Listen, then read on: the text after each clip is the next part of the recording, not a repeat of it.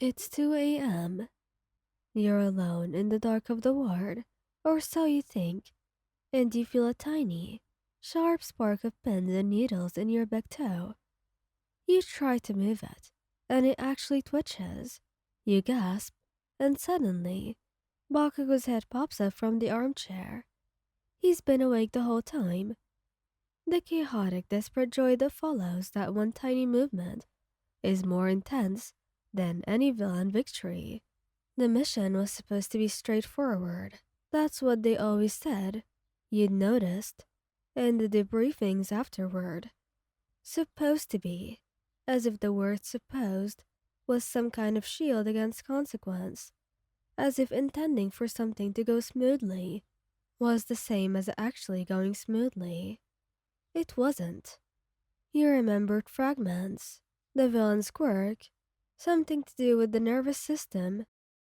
Something Aizawa had mentioned, briefly in the pre-mission briefing, in a tone that suggested he didn't think it was a serious threat. A flash of light.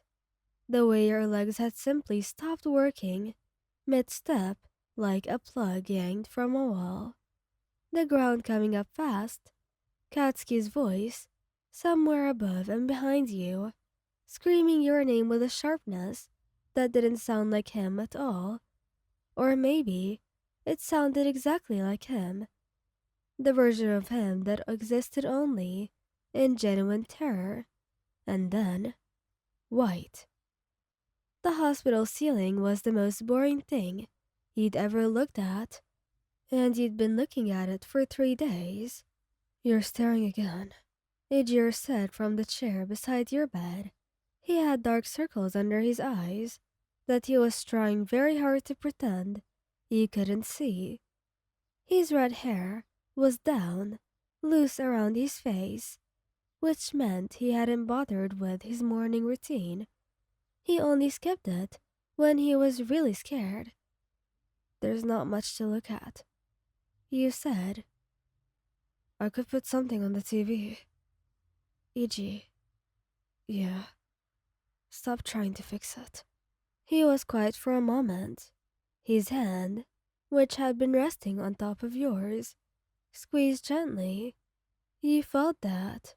At least sensation from the waist up was completely intact. It was only below that the world had gone silent. Temporary. The doctors had said. Probably. The quirk's effect on the spinal column was still being studied. They were cautiously optimistic.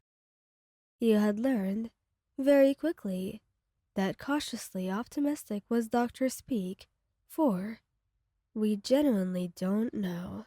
I'm not trying to fix it, Ijiro said finally. I'm just here. I know. You turned your head to look at him. I know you are. The door opened without a knock, which meant it was Katsuki. He came in carrying 2 coffees and a convenience store bag that he set on the tray without ceremony. He looked at Ijiro first and then at you, and whatever he saw on your face made something flicker behind his eyes before he locked it away again. Doctors say anything now? He asked, dropping into the chair on your other side. Same as yesterday. Same as yesterday. He repeated, like he was tasting the words and finding them unacceptable. He popped up the lid off of one of the coffees and stared into it. So, nothing. Katsuki. I'm not. He stopped, started again. I'm not pissed at you. I just... He set the coffee down, ran a hand through his hair. Aizawa knew about that quirk. He had notes on it. The neutral disruption range, the paralysis duration in test subjects. It was all in the file, and we went in anyway, because the probability of that guy actually using it on a pro was considered low. Hey, Katsuki, Ijiro said quietly. A warning. I read the file again yesterday.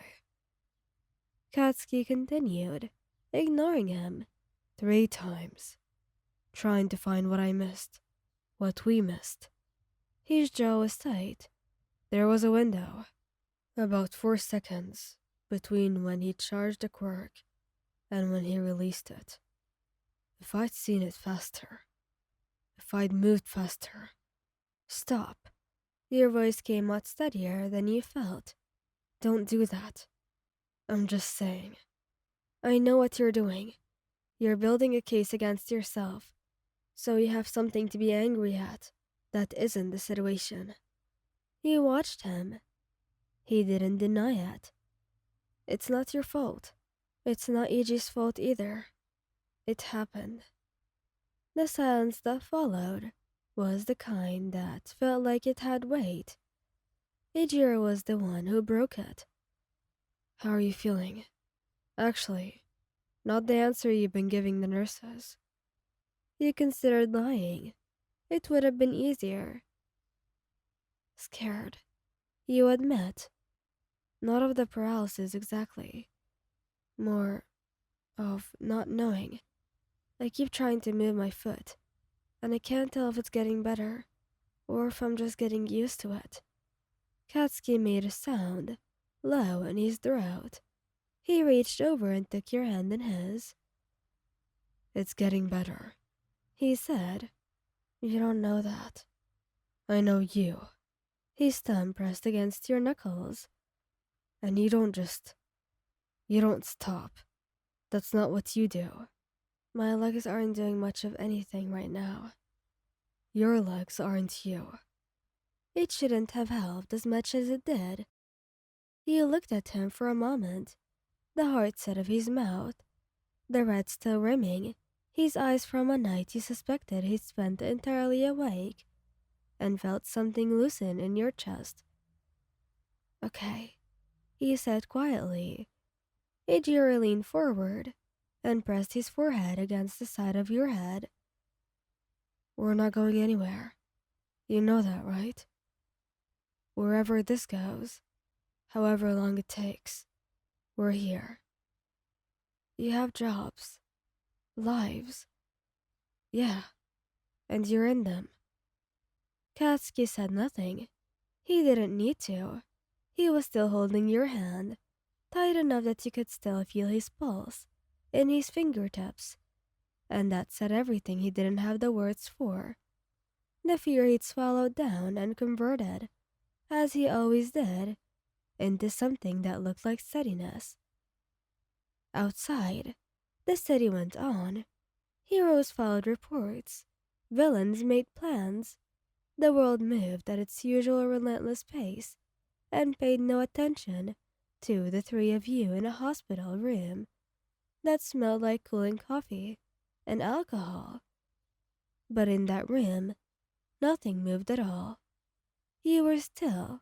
They were with you. For now, that was enough. Thank you guys for listening. If you liked this video, please don't forget to subscribe, like, and share, and goodbye.